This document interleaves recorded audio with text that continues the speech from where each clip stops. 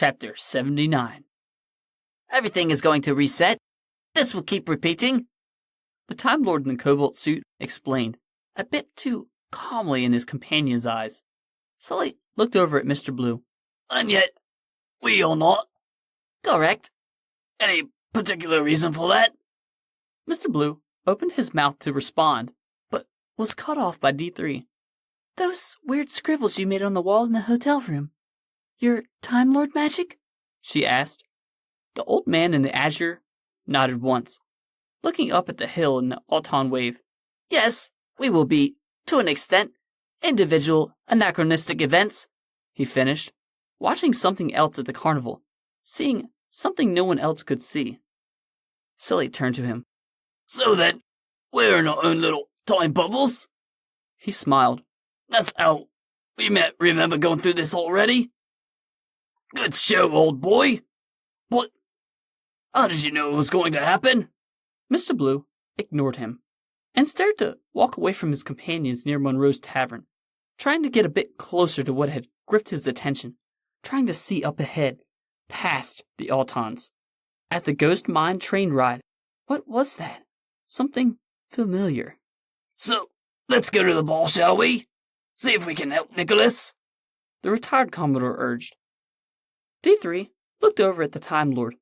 If the strange alien in the blue suit heard him, he wasn't answering, just taking another few steps in the wrong direction. Mr. Blue trained his vision more severely, altering the physical makeup of the organs of his eyes themselves, adding more lenses to focus in. Still, he couldn't see it. Not clearly. More lenses. More straining. At this point, he could read the legal jargon at the bottom of the plea bargain approximately 13 miles away. The accidental Time Lord theorized how now there was a strange energy, or perhaps entity, which was intentionally altering both light and time around itself, creating low-yield invisibility. The Autons were coming again, their offensive mounted, and once more, all focus and aggression leading toward Monroe's tavern. Mr. Blue was suddenly being pulled, then yanked, and finally dragged by the back of his cobalt coat. I'm afraid I'm really going to have to insist, old man, Sully shouted. D3 was helping him, wrenching the Time Lord backward off of what was soon to be the field of battle. Nicholas opened the door, urging these wayward strangers inside to safety. D3 jumped inside quickly, followed by Sully. He still had a hand on Mr. Blue's coat. Right at the entrance of the bar, on the threshold of the doorway, the old Time Lord stopped and could not be moved. Get inside, Nicholas ordered. The proprietor of the bar put 2 grenades in his pocket, then locked and loaded a machine gun. Mr. Blue stared into the distance. The retired Commodore yelled at his friend, Come on, man! Mr. Blue almost had it.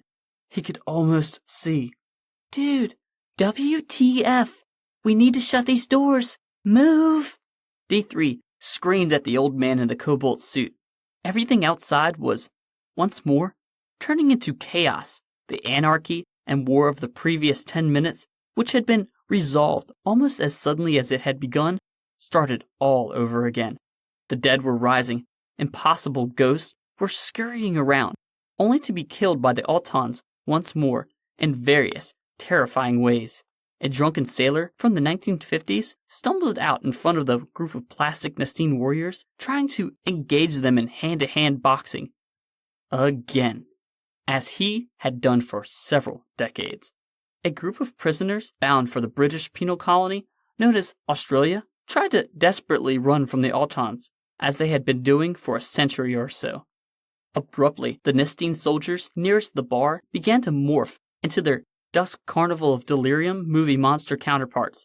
A little girl from 1979 screamed and ran toward the nearest place of safety, Monroe's Tavern, as she was suddenly pursued by a werewolf, Dracula, Frankenstein's monster, and a zombie. She ran, screaming, right past the old Time Lord, whom didn't seem to notice. Mr. Blue, however, finally could see. He could see what was happening. He could see whom was responsible. He finally knew what needed to be done. The Time Lord in the cobalt suit placed his hands on his hips, spoke so low as if to almost whisper. About bloody time you showed yourself. And he knew he had been heard. Someone grabbed the elderly Time Lord's prized azure tie. Swipe. Nicholas had sliced it off halfway, holding the remains of it in his free hand as he replaced his hip knife. This, absolutely, and without the slightest delay, completely took the attention of Mr. Blue. The Time Lord stood in the doorway, mouth agape from sheer disbelief. Yeah, Nicholas grinned. I figured that would get you moving. He yanked Mr. Blue inside, slamming the doorway shut and sliding the thick sheet of rolling steel down over the entrance. The Autons began their attack. What, damn it all!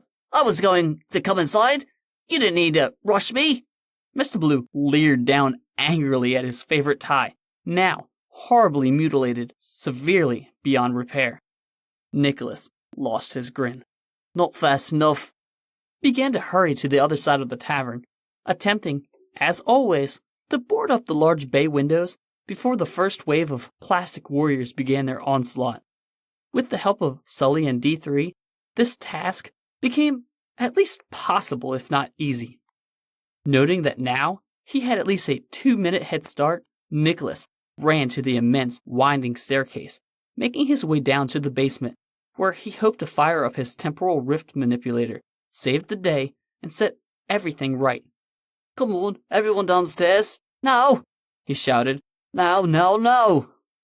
Barely finishing up the pathetic defenses, D3 and Sully immediately followed him, just as the glass was beginning to break once more. Mr. Blue shook his head slowly, wondering exactly how many times this poor man had gone through this cycle. 100, perhaps 1,000, 10,000 times? It didn't matter. Not anymore. This would have to be the last time. After battening down the hatches of the entrance to the basement, Nicholas began reading, then became exceedingly unhappy about the power levels of the time manipulator. This hasn't happened before. He worriedly slid levers and pressed holographic keys of the futuristic machinery that Mr. Blue's companions had never seen before. The Time Lord in the cobalt suit stood in the corner, watching Nicholas in his desperation to reset time again. Mr. Blue slowly took off his tie, sadly watched it fall to the ground. A grim shadow crept over his face as he rolled up his lapis-colored sleeves. The other temporal appendages that have been appearing, they took the form of different rooms. I've isolated them, such as the kitchen I mentioned earlier, and... Nicholas furiously typed into an advanced alien terminal. And if any of you can somehow get into those rooms, disrupt the electrical grid, it could release enough power for me to trigger another time loop reset. Mr. Blue sighed. Which will do nothing to solve the problem. Nicholas stared up at the Time Lord with a severe expression of incredulity. I am aware of that. As I've told you, I'm just trying to... delay the inevitable, Mr. Blue finished, platinum eyebrows raised. There would have been silence in the basement were it not for the horrendous crashing and destruction directly above all their heads. The Time Lord pointed at his two companions. Sully, Dawn, you two, get upstairs and... Excuse me? D3 shouted. How? Somehow, Mr. Blue shouted back, startling her. Even Sully jumped at the sudden, thunderous roar emitted by his alien friend. Mr. Blue continued. Nicholas, I'm going to need as much temporal energy as possible.